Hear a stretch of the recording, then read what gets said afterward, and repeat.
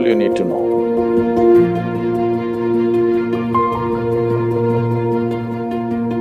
I had enough on my hands, so I never intended or thought we should have a child of our own. But my wife said at least one. I said, okay, one, only one. So that happened, and from the age of… when she was an infant, 3.5 months of age, I drove across South India with her strapped to my front seat of the car, me driving alone, just my one hand here, one hand on the steering wheel. This was the time we were building Isha Foundation, so I travelled extensively, and she was travelling with me when she was 3.5 months old infant.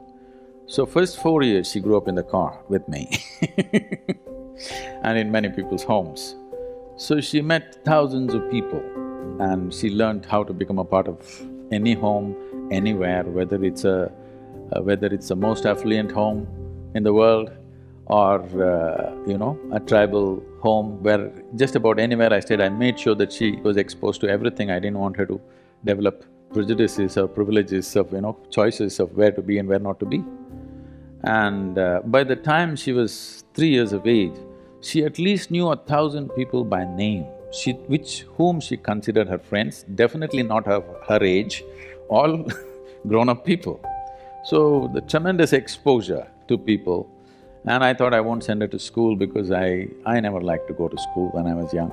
So I thought, why should I put her through something? Then the only thing I could not provide her is children of her own age.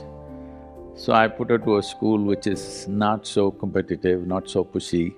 So I looked for a school which was started by J. Krishnamurti, and I put her there so that it's easy. And I said, further you go easy on my girl, because I'm not going to look at her report card, I'm not going to ask which rank you are, I'm not going to ask what are you going to become.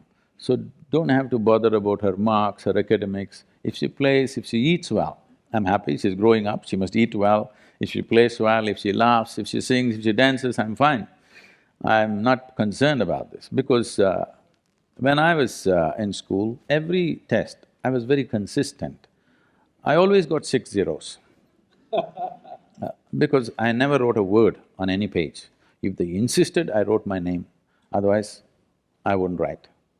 When the final exam came, I only worked for 35 and I always got 35, 36, I just calculated. I've never sat in an examination hall beyond 30 minutes. First bell, I'm always out. And I just calculated for what it takes to move on with my friends to the next class, and that's all I did. Why I'm saying this is, this whole thing I used to watch as a child.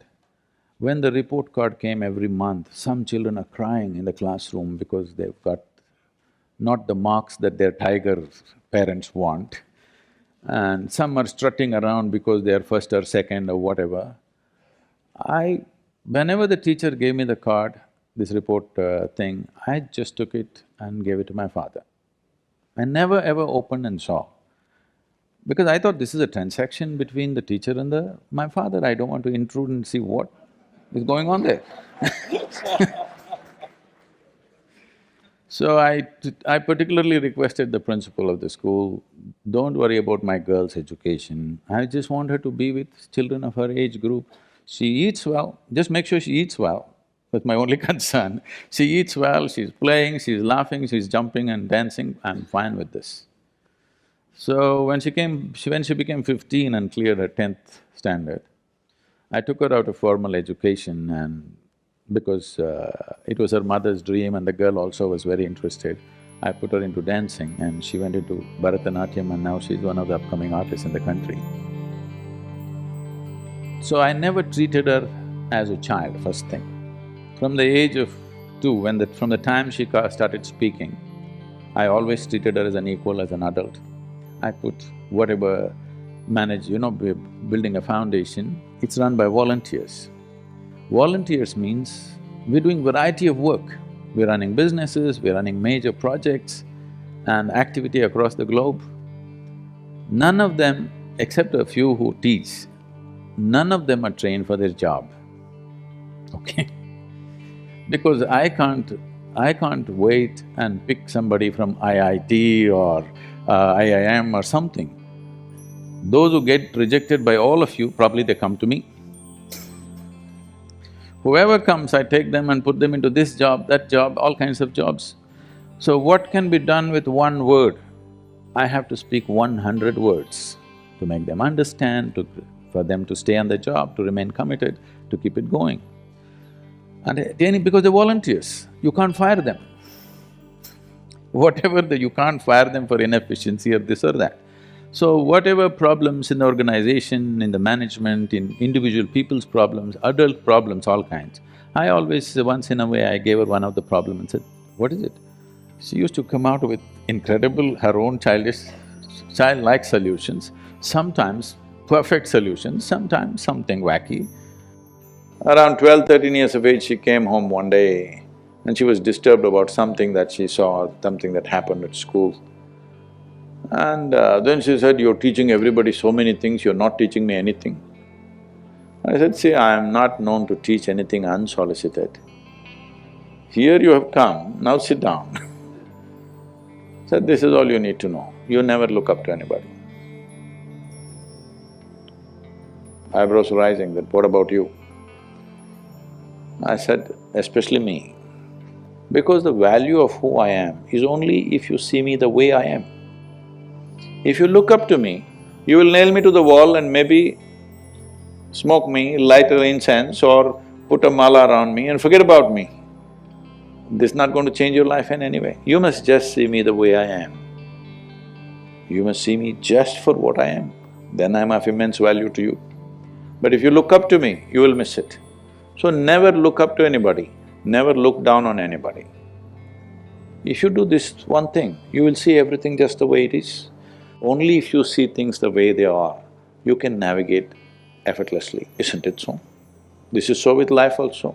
Only if you see everything just the way it is, you can navigate through life effortlessly. This is all the ability you need to give to your child. So I always treat it as an adult, never trying to place myself above her. This is the fundamental management I did, that she need not look up to anybody nor look down to anybody, just look at level, at everything the way it is, just learning to see life just the way it is. Looking up is a lie, looking down is a lie. Looking up is coming from a certain prejudice, looking down is coming from a certain prejudice. Being able to treat every life, everything, whatever it is, this is our culture, I want you to understand. It doesn't matter if a paper, just a sheet of paper, when we were growing up, one paper, you cannot step on it. Yes? Yes or no? Many of you have grown up like this in your homes. Just a printed paper, it's nothing, maybe the news is rubbish, but you're not supposed to step on it because you educate yourself through that. If you want to step on the earth, you bow down to it. You don't look up to something or look down to something. What you do to your God, you do to everything. This, not talking about in any cultural or religious way, simply I brought it forth in her life and I think it's worked out wonderfully well for her.